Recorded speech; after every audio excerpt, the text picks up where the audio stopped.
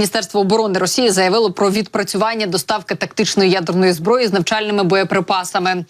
Відомство зазначило, що під час навчань російські війська здійснювали доставку навчальних ядерних боєголовок до пунктів зберігання і до аеродрому, де їх завантажували на бомбардувальники. Російське міністерство каже, що на цей раз вони співпрацювали з білоруськими військовими. Нагадаю, якраз під час візиту Путіна до Білорусі, що був буквально нещодавно, диктатори обговорювали початок другої фази цих так званих ядерних навчань.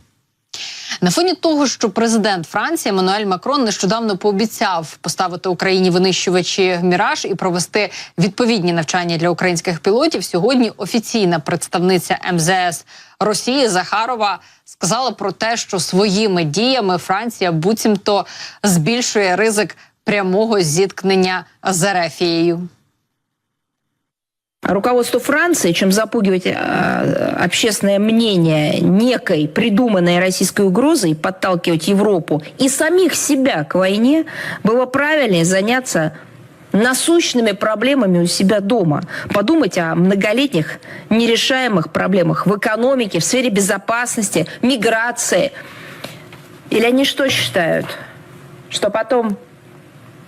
Если Европа взорвется, как говорится, война все спишет, ничего подобного. Ситуация только усугубится. От від Захарової у мене насправді часом таке відчуття, що вона говорить про те, що відбувається на Росії. Говорить от ту правду, яка реально відбувається на Росії. Ось це такі кулуарні розмови, скажімо так, кулуарні події. Те, що на Росії відбувається, тобто економіка ніяка зараз, там війна все спише, як вона говорить, і це те, на що сподіваються на Росії.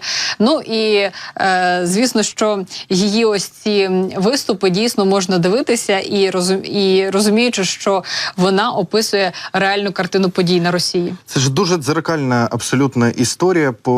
Взагалі, в принципі, російська політика, вона вся базується саме на цьому. І, направду, Захарова це лише просто, зараз може дещо грубо, але рот, який озвучує рішення, які ухвалили вже давно. І всі тези, які ухвалені в їхньому міністерстві, тому що вона і прес-секретарка той, власне. І, направду, це, в принципі, дуже цинічна заява, оскільки, що заважає Росії зайнятися своїми справами у себе в країні? От вона каже, що Франція має зайнятися. А що Росії заважає? От замість того, щоб чинне керівництво Росії вторгалося в Україну, витрачало постійно мільярди доларів, мільярди рублів, трильйони там своєї цієї валюти на вбивство українців, що їм заважає витратити ці ж гроші на росіян?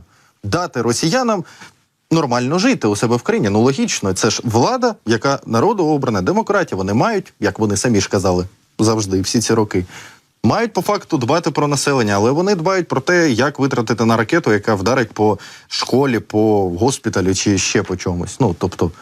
Так, ти знаєш, найжахливіше тут те, що страждаємо ми, і страждає абсолютно ні в чому не повинна тут країна, просто тому, що вона там сусідня з Росією.